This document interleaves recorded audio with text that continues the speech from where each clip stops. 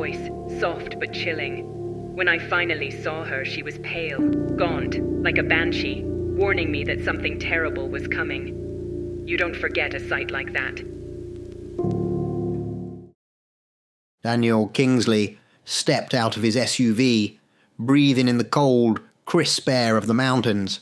The cabin, a small, rustic structure, stood solitary among towering pines, its wooden exterior weathered by years of harsh winters. It was exactly what he needed, a place to disconnect from the pressures of his world. As CEO of a multinational corporation, Daniel's days had been consumed by never-ending emails, board meetings, and an incessant stream of demands. This retreat was his chance to switch off and reset. He unloaded the supplies from the car, canned goods, bottled water, some dry firewood, and a few comforts to keep him going for the week. A handful of books, classic literature he had always meant to read, but never had the time for. And his phone, though he knew there would be no service here. That was the point after all. No calls, no distractions. The cabin, isolated miles from the nearest town, was nestled deep in the forest, cut off from the world, a deliberate choice on his part. It had no Wi-Fi, and his phone showed 0 bars of reception. The nearest hint of civilization was a small, sleepy village about a 2-hour drive away, but with the coming snowstorm, it might as well have been a lifetime away. As Daniel placed the last of his provisions on the wooden kitchen counter, he allowed himself a rare moment of contentment. He checked his phone one last time. No service, no emails, and then switched it off, slipping it into a drawer as if sealing away the last tether to his chaotic life. He hadn't felt this free in years. The cabin was small but comfortable. A fireplace dominated one wall, its stone hearth stained with the black marks of past fires. A large window looked out onto the forest, the snow beginning to fall softly outside. He settled in quickly, unpacking his few belongings and lighting a fire.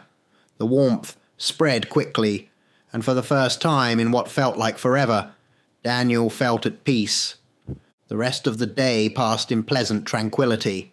He read one of the novels, a Hemingway classic, and allowed himself to drift off in the worn leather armchair beside the fire. When the sun began to set, casting long shadows through the cabin, Daniel fixed himself a simple dinner, accompanied by a glass of wine he had brought along for the occasion. It was the kind of peaceful solitude he had dreamed about for months. That night, as he climbed into the small but comfortable bed in the corner of the cabin, the snow had begun to fall more heavily. Through the window, he could see the flakes thickening, swirling in the wind. A blizzard was coming, but Daniel wasn't worried. He had enough supplies to last weeks if necessary. If anything, the storm would enhance the isolation he sought, cutting off any thought of the outside world. He welcomed it. As he drifted off to sleep, the wind began to howl outside, rattling the shutters of the cabin. But inside, the fire was still burning low, and the warmth lulled him into a deep, dreamless sleep. Daniel awoke to a deathly quiet. The howling wind had stopped, replaced by an oppressive silence. He rubbed his eyes and sat up, stretching before making his way to the door. When he opened it, the sight that greeted him took his breath away. The world had been transformed into a sea of white. The snow had piled up during the night, burying the roads and pathways. It was easily several feet deep, but Daniel felt no concern. He had planned for this. If anything, the sight was comforting. Now there was truly no way for anyone to reach him, and he could focus on what mattered, his own peace of mind. Stepping onto the porch, he inhaled deeply, the cold air sharp in his lungs. The world was a blank slate, untouched and pristine. That was when he noticed something strange. A set of tracks in the snow, barely visible in the distance. They were faint, as if someone or something had walked through during the storm. But that was impossible, he thought. There was no one out here, no one for miles. Daniel stared at the tracks for a moment. the logical part of his brain trying to rationalize what he was seeing. Maybe an animal, a trick of the wind. He shook his head, dismissing the thought. There had to be an explanation. Still, the sight of those tracks unsettled him, a flicker of doubt creeping into the back of his mind. He turned back inside, shutting the door, and pushing the image of the tracks from his thoughts. He had come here to escape, not to get caught up in nonsense. After starting a pot of coffee, he settled back into his chair, picking up his book once more. He even laughed at himself, brushing off the unease that had briefly taken hold. Later, with the fire crackling in the hearth and a soft tune playing from his phone, the music he had downloaded before disconnecting, Daniel felt the familiar comfort of solitude wrap around him again. The tracks were forgotten, and as he read through the morning, the blizzard continued to howl outside. Inside, he was warm, safe, and alone. At least, that's what he told himself.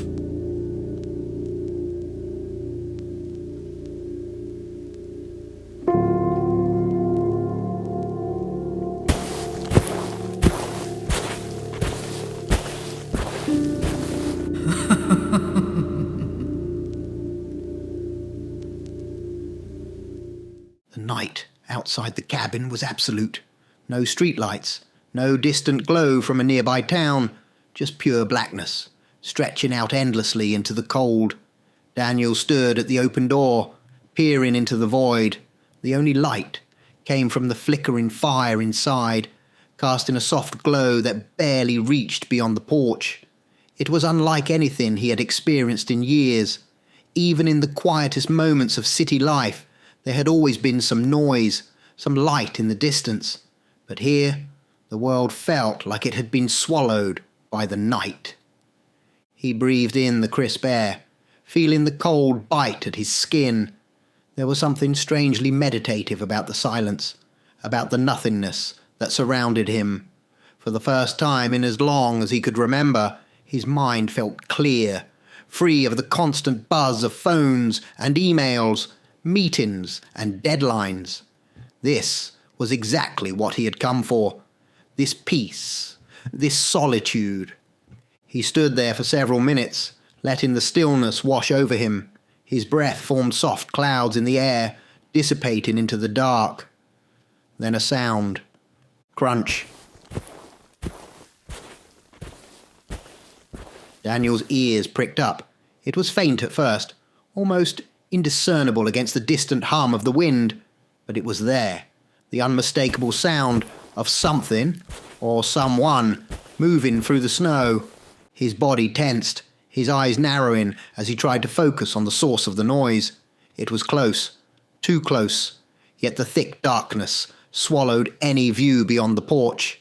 He could see nothing, not even the faint outline of trees just beyond the cabin. Crunch. There it was again, this time louder, more deliberate, like footsteps. They came from just out of sight, moving slowly through the snow, each step measured, careful. Daniel leaned forward slightly, as if he could pierce the darkness through sheer willpower, trying to make out any movement among the trees, but the night refused to give up its secrets. For a long moment, he stood frozen, ears straining against the silence. His rational mind was quick to offer explanations. An animal, perhaps, a deer, or some other creature of the forest, foraging in the night. But something about the sound was off. It didn't have the randomness of an animal's movements. There was a pattern to it, a rhythm, as though whatever was out there knew exactly where it was going. Then, as suddenly as it had begun, the sound stopped. Daniel held his breath, waiting, listening. He couldn't see anything, but his senses were sharp, heightened by the oppressive silence that followed. He stood there for what felt like an eternity, waiting for the noise to return, for something, anything, to explain what he had just heard. Nothing. He exhaled slowly, his breath shaky, realizing only then how tightly his muscles had tensed. Forcing himself to relax, he shook his head and laughed softly under his breath. "It's the isolation," he told himself. "You're not used to this quiet. The mind plays tricks. He was about to turn and go back inside when he heard it. A whisper, barely audible, so faint it might have been carried on the wind. You soon will be. Daniel froze, his heart skipping a beat. His eyes darted to the dark forest, searching for any sign of movement, any confirmation that what he had heard was real, but there was nothing, only the quiet, endless night. He stood there, his breath caught in his throat, trying to make sense of it.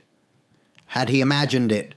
Was it his mind playing tricks again, conjuring sounds from the depths of his subconscious?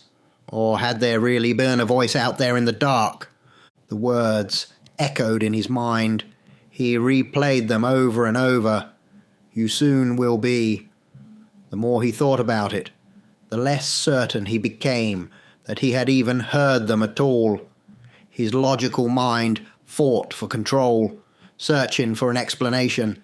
It had to be the wind, or maybe the whisper of snow shifting in the night. Shaking his head, Daniel closed the door, bolting it behind him. He leaned against it for a moment, taking in the warmth of the fire and the familiar glow of the cabin. The world outside felt distant now, as though it had never been there at all, just not used to this quiet. He thought again, reassuring himself. It was bound to mess with him. His senses were overstimulated from years of constant noise. He would adjust. This was part of the process. But as he moved back to his armchair and picked up his book, he couldn't shake the feeling that something was watching him, something just beyond the reach of the light. You're not used to this quiet. You soon will be. Daniel climbed into bed, feeling the weight of the day settle into his bones, the strangeness of the night, the sound outside, the whisper. He pushed it all to the back of his mind. He told himself it was nothing more than the unfamiliar quiet, the isolation getting to him.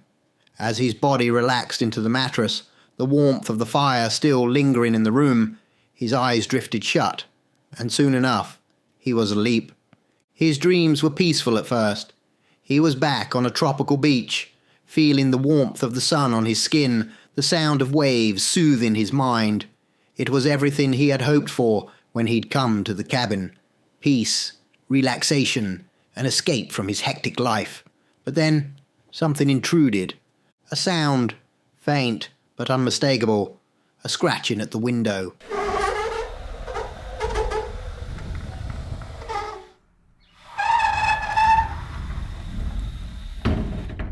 Daniel's eyes snapped open.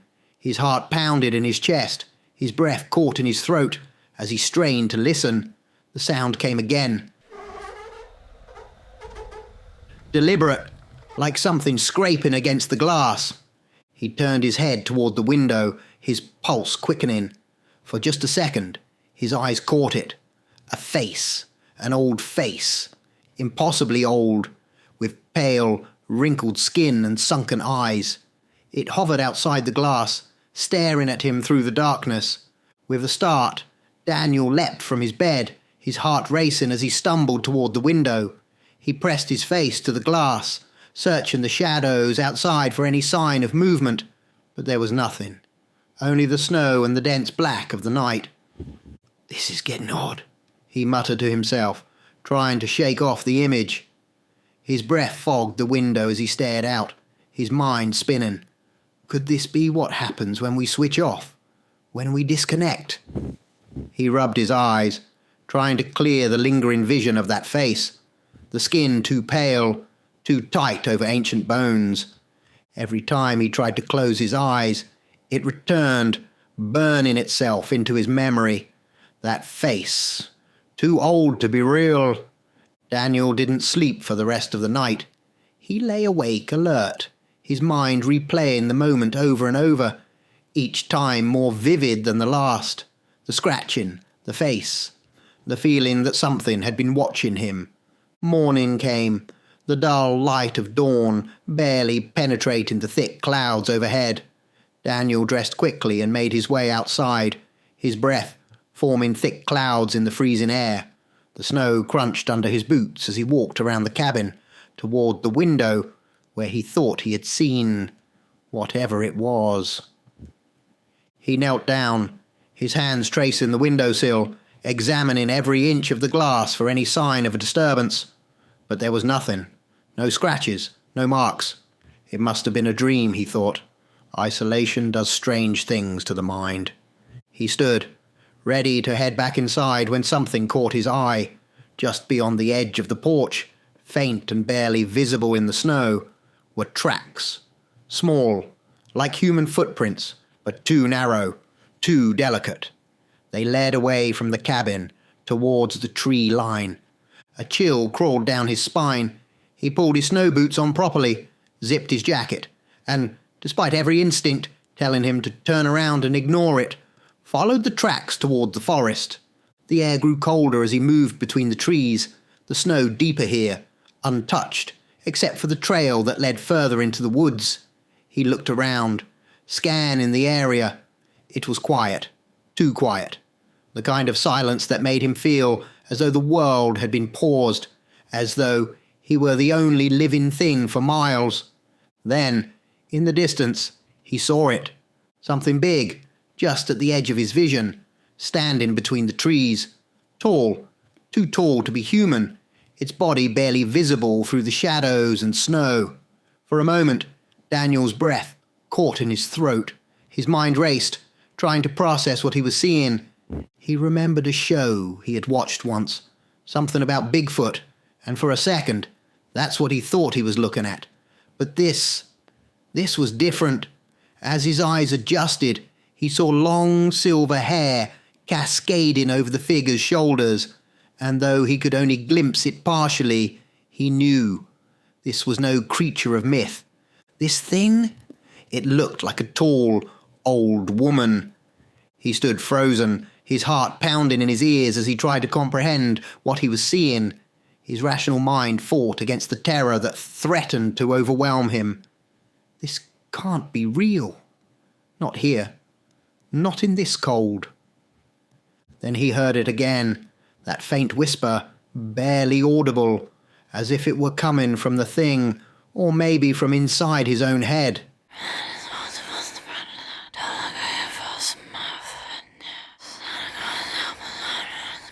He couldn't make out the words, but the voice was there, brushing against the edges of his mind like soft, cold fingers. Run! Without thinking, Daniel turned and bolted back toward the cabin. His feet pounded through the snow, his breath coming in sharp gasps as the whispers grew louder, more insistent, but still just out of reach, like a voice speaking to him from some distant, unreachable place. He slammed the door behind him, his chest heaving as the whispers stopped the moment he crossed the threshold. Silence filled the cabin, but his heart wouldn't stop racing. He locked the door, every muscle tense, his mind replaying the image of that figure in the woods. What is happening? He thought, pacing the room. Did I just see a Bigfoot?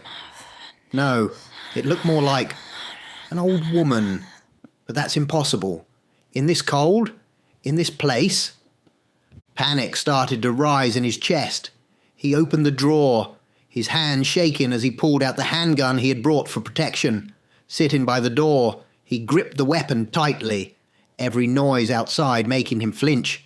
The fire crackled in the hearth, but it did nothing to warm the cold dread that had settled in his bones. His mind raced, creating all sorts of scenarios, none of them comforting. As the light outside faded into the growing darkness of evening, Daniel found himself staring at the door, his fear overwhelming, waiting for whatever might come next.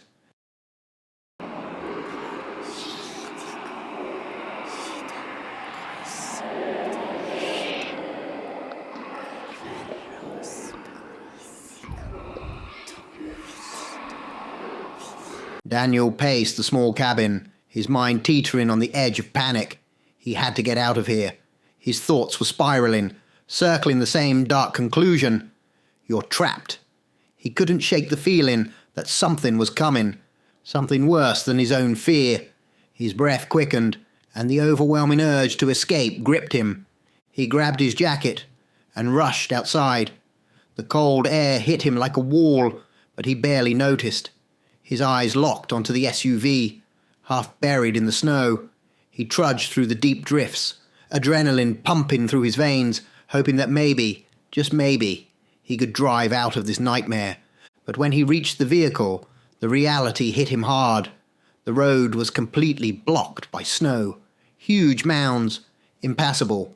There was no way the SUV was getting through. He ran his hand through his hair in frustration, muttering under his breath, "This is insane. Maybe I could hike it out of here." But even as he said it, the thought chilled him more than the cold air. The forest felt alive with menace, and whatever was out there, whatever he thought he'd seen, would make him easy prey. "Don't be stupid," he muttered to himself, shaking his head. He stomped back toward the cabin, forcing himself to breathe deeply. Okay, he whispered as he slammed the door shut behind him, locking it. "The best option is to sit tight. I've got provisions, I've got a gun, and I've got warmth. I'm safe, I'll bunker down, I can wait this out." The rest of the day passed in an uncomfortable silence. No strange noises, no sightings, nothing to stir his already frazzled nerves. Daniel sat by the fire, staring into the flames, letting their warmth calm him. He focused on the crackling wood, the gentle glow, and for the first time since the previous night, he felt the tension in his body begin to ease. But then, in the stillness, it came. Daniel. The voice, so soft at first, barely registered. He sat up, blinking, unsure if he had heard it or imagined it. But there it was again, more distinct this time. Daniel. His heart raced, and he grabbed the pistol from beside him, standing up quickly, his hands shaking.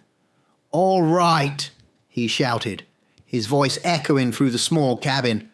"I don't know who you are, but I'm armed, and I know how to handle a gun." Silence. The wind howled outside, but otherwise the world seemed to hold its breath. Then came the knock, a soft, deliberate tap on the front door.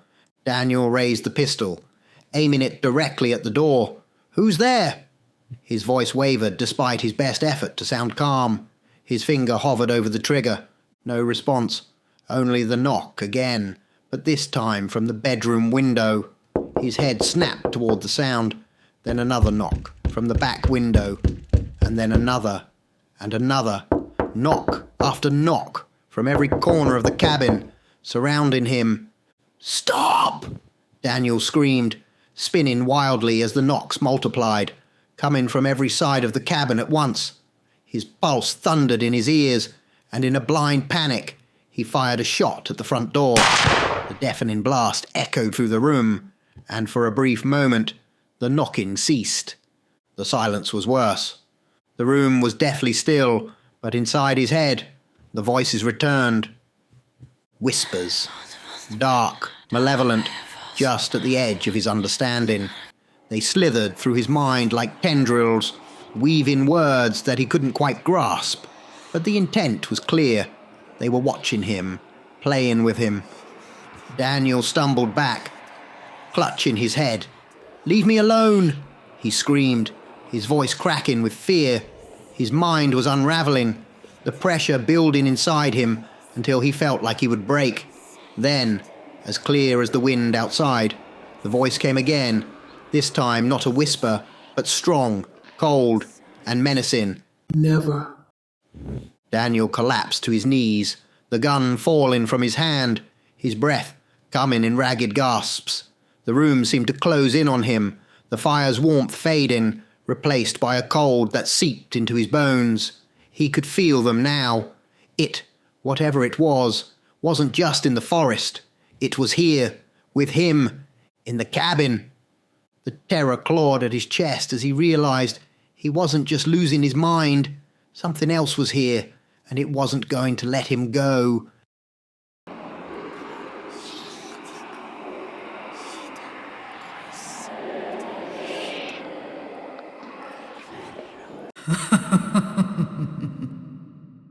Daniel's breath came in shallow, ragged bursts as he knelt on the cabin floor, the cold air chilling him to the core. His mind was a storm of confusion, fear, and disbelief. The fire had dimmed, casting long, flickering shadows across the room, and the oppressive silence had returned. But inside, the voice, that voice, still echoed in his head, pulling him further into the abyss of panic. He stood shakily, gripping the pistol once more, the weight of it giving him some semblance of control. Never. The word repeated in his mind, a promise of torment. He forced himself to his feet, trying to steady his breath. "It's just isolation," he whispered, though he didn't believe it. His rational mind clung to anything that could explain away what he had experienced. But the knocks, the whispers, the face, those were too real, too deliberate. Daniel knew, deep down, that he wasn't alone in the cabin. He checked the locks on the door, securing them as tightly as he could. His eyes darted to the windows, but nothing moved beyond the glass, except the occasional flurry of snow. Yet something still felt wrong. Every hair on his body stood on end, as though the very air around him was alive, watching. That's when he heard it. A new sound, different from the knocks. A shuffle. Something was outside, moving slowly around the perimeter of the cabin. The sound was faint, barely audible over the wind, but unmistakable. Something heavy, dragging itself through the snow. Daniel's heart thudded against his chest as he moved to the window. His hand shook as he pulled back the curtain, just enough to peer out into the night. At first, there was nothing, just the dark silhouettes of trees swaying in the bitter wind. But then, just at the edge of the tree line, a shadow moved. It was tall, impossibly tall, and it swayed as if it was having trouble standing in the snow. His pulse quickened as the shadow came closer. The faint moonlight revealed more, a long, thin figure with ragged clothes that clung to its gaunt frame, its skin pale, almost translucent. Not Bigfoot, his mind screamed. It was humanoid, but twisted in a way that made Daniel's stomach churn. Its face, what he could see of it, was wrong. The features were sunken, its eyes deep pits of shadow, and its hair, long and silver, flowed like the wind itself. It looked like an old woman, but far too tall, far too thin, like a nightmare brought to life. Daniel's breath caught in his throat as the creature turned its head toward the cabin. It stood there for a moment, unnaturally still, watching. He could feel its gaze piercing through the darkness, searching for him. Then it moved. Slowly, deliberately, the creature began to shuffle toward the cabin, its steps dragging through the deep snow. Daniel backed away from the window, the pistol heavy in his trembling hands. His mind screamed for him to run, to hide, but his body was frozen in place, paralyzed by the sheer impossibility of what he was seeing. The cabin suddenly felt like a coffin. His pulse pounded in his ears as the shuffling grew closer. He ran to the back window, his eyes scanning the tree line, hoping, praying that he had imagined it. But there, in the pale light, he saw it again, closer now, too close. The whispers returned, louder this time, almost insistent. They tugged at the edges of his consciousness, drawing him toward the door. Daniel fought against them, but each whisper seemed to pull a part of him away, unraveling his thoughts. He slammed his hands over his ears, desperate to block out the sound, but the voices only grew louder, more distinct. He could almost understand them now. Almost. "Come, closer." The knock came again, this time louder and more urgent, not just from the front door, but from all sides, as if the creature was circling the cabin, surrounding him. It wanted in. Desperate, Daniel shouted, "Leave me alone!" The knocking stopped. For a brief moment, silence filled the air, and Daniel dared to hope that it had left, that maybe the creature had given up. Then, a sharp, violent scratch at the window, Not the soft scratching of before, but the unmistakable sound of nails dragging across the glass.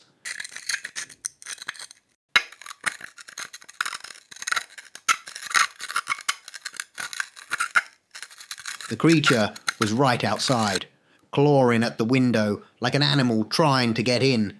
Daniel couldn't breathe.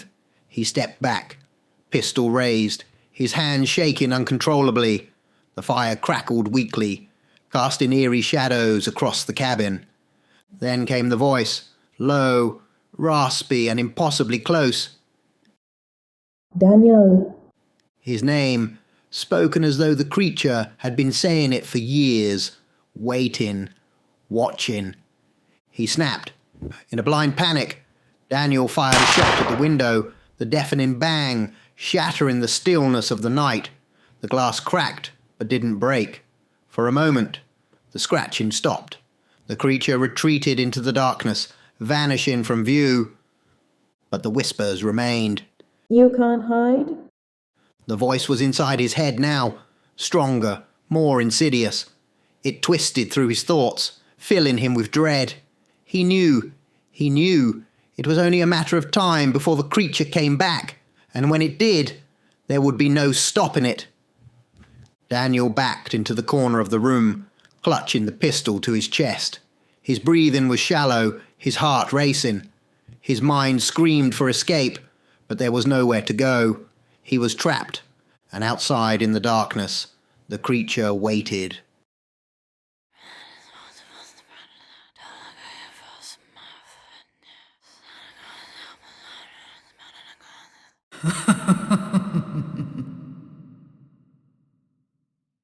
Daniel sat by the door, pistol in hand, his mind racing in circles of dread and disbelief. The flickering fire offered little comfort as the cold pressed in from all sides, filling the cabin with an unnatural chill. The whispers had quieted, but they still lingered in his mind, gnawing at his sanity. Then suddenly, his phone pinged. The sound shattered the silence like a gunshot, and Daniel jumped. His heart pounded in his chest, but hope sparked in his mind. A message? Did he have a signal? Was he saved? He snatched the phone from the table, his hands trembling as he looked at the screen, but as he glanced at the top, his heart sank. No bars, no signal, but the message was there, waiting for him. A single text. "Open me, Daniel." A chill ran down his spine. His first instinct was to throw the phone across the room. This was impossible. The phone had no service. He couldn't receive messages out here in the middle of nowhere, but the words on the screen beckoned him. "Open me." His thumb hovered over the message, hesitating for a moment.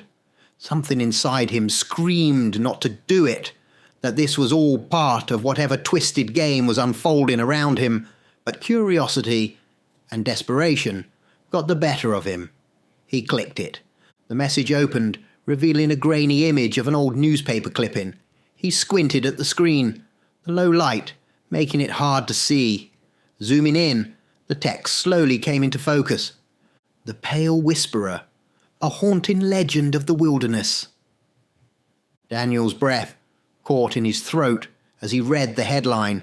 His eyes darted down the page, scanning the text frantically.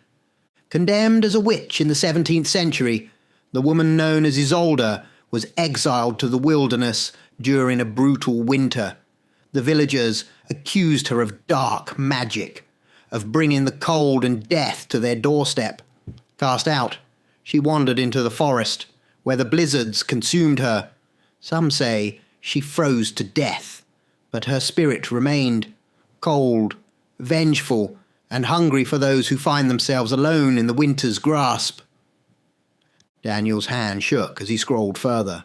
Sightings of the Pale Whisperer have been reported for centuries. She is described as tall, thin, with silver hair and skin as pale as snow. Some claim she is the spirit of the witch.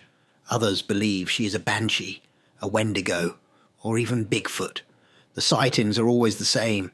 Those who see her are alone, isolated, cut off from the world. He felt the blood drain from his face. Every word felt like a hammer, pounding into his chest. The pale whisperer, the creature he had seen. It matched the description perfectly. Her face, her unnatural height, the whispers. His heart raced as he reached the end of the clipping. The last known sighting occurred in 1992, when a hiker was found dead near his isolated cabin, his body frozen solid.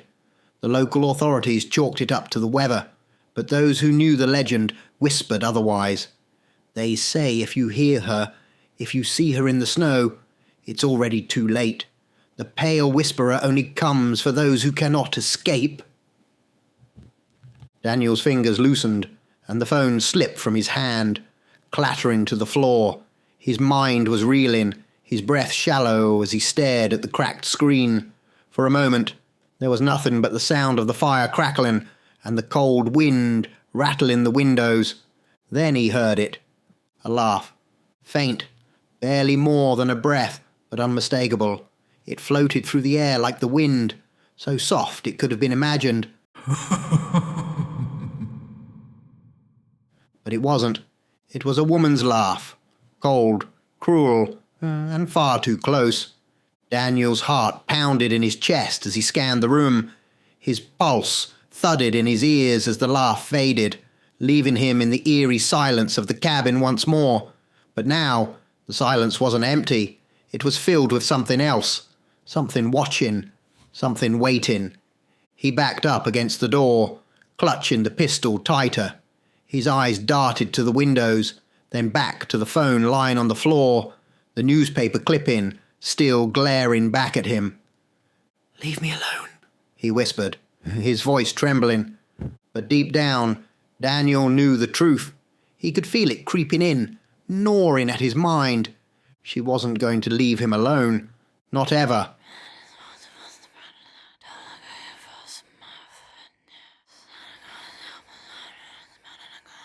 Daniel sat in the corner of the cabin, gun in hand, his entire body trembling uncontrollably. The silence was suffocating, broken only by the sound of his ragged breaths. He felt trapped, his mind fraying at the edges as the cold gnawed at his bones. "There's no way out," he thought, his fear closing in, suffocating him. Then faintly, he heard it, a distant rumble. At first, he thought he was imagining things again, but it grew louder. A vehicle! Daniel scrambled to his feet and rushed to the door. He flung it open, cold air blasting into the cabin as he looked out into the snow-covered expanse.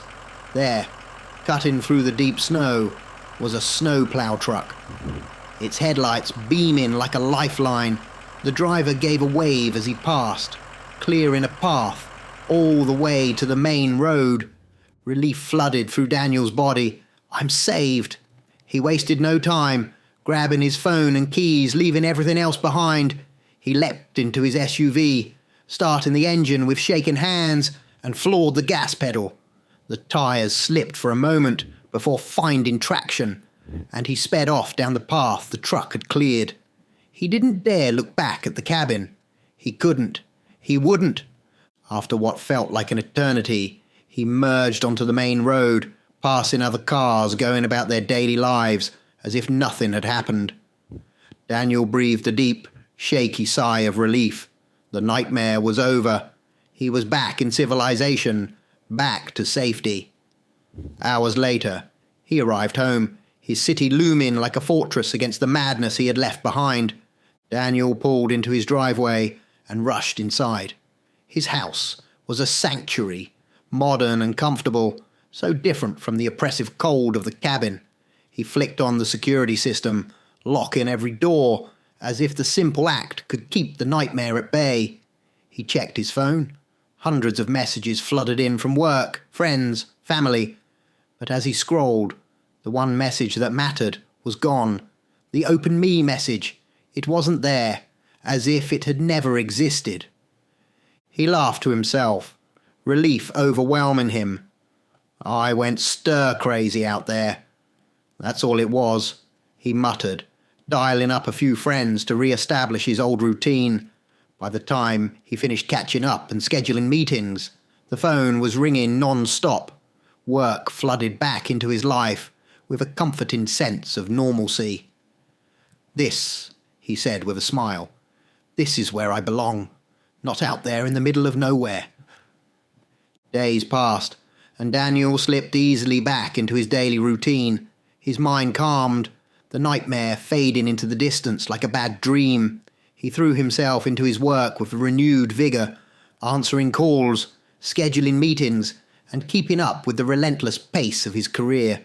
His phone constantly buzzed, his inbox always full.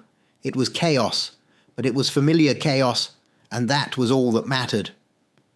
One night, after a particularly long day, Daniel silenced his phone for the first time since returning. He set his alarm for 4:30 a.m., ready to get back to his demanding schedule, and crawled into bed. The city hummed outside, a distant comfort, as he drifted off to sleep. In the middle of the night, a sound stirred him from sleep. Scratch, scratch. Daniel's eyes blinked open in the darkness. Confusion clouded his mind. The cabin. No, he was home. Safe. But there it was again, a faint scratching at the window. He sat up, his heart pounding, trying to shake the grogginess from his mind. He glanced at the window, expecting to see nothing. But then, in the dark corner of his room, a shadow moved. At first, it was just a shape, barely distinguishable from the darkness itself. But as his eyes adjusted, the shape grew clearer. Taller, gaunt, inhuman, long silver hair hung from its head, and its eyes, black, empty voids, bore into him from across the room. The pale whisperer. "No," Daniel whispered, scrambling back against the headboard, his body trembling with terror. The creature stepped forward, moving slowly, deliberately, emerging from the shadows like a nightmare made real. Its skin, pale and stretched thin over sharp bones, looked even more horrifying in the dim light. Daniel's breath came in short gasps as he tried to scream, but his voice caught in his throat. "You can never leave me, Daniel." The pale whisperer said, its voice cold and ancient, echoing in his mind. "You are mine." Daniel screamed, but the sound was swallowed by the darkness. The creature loomed over him, its skeletal hand reaching out, the cold radiating from its body like death itself. The next morning, Daniel's staff grew concerned when he didn't show up for his meetings. He was never late, and his absence raised immediate alarms. Calls went unanswered. His phone, usually buzzing non-stop, was eerily silent. After hours of confusion and worry, the police were called to check on him. When they arrived at his house, they had to break down the front door.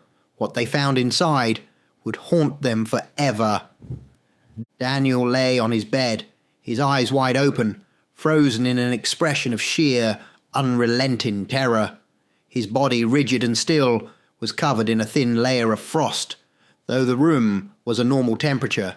The pale whisperer had claimed him.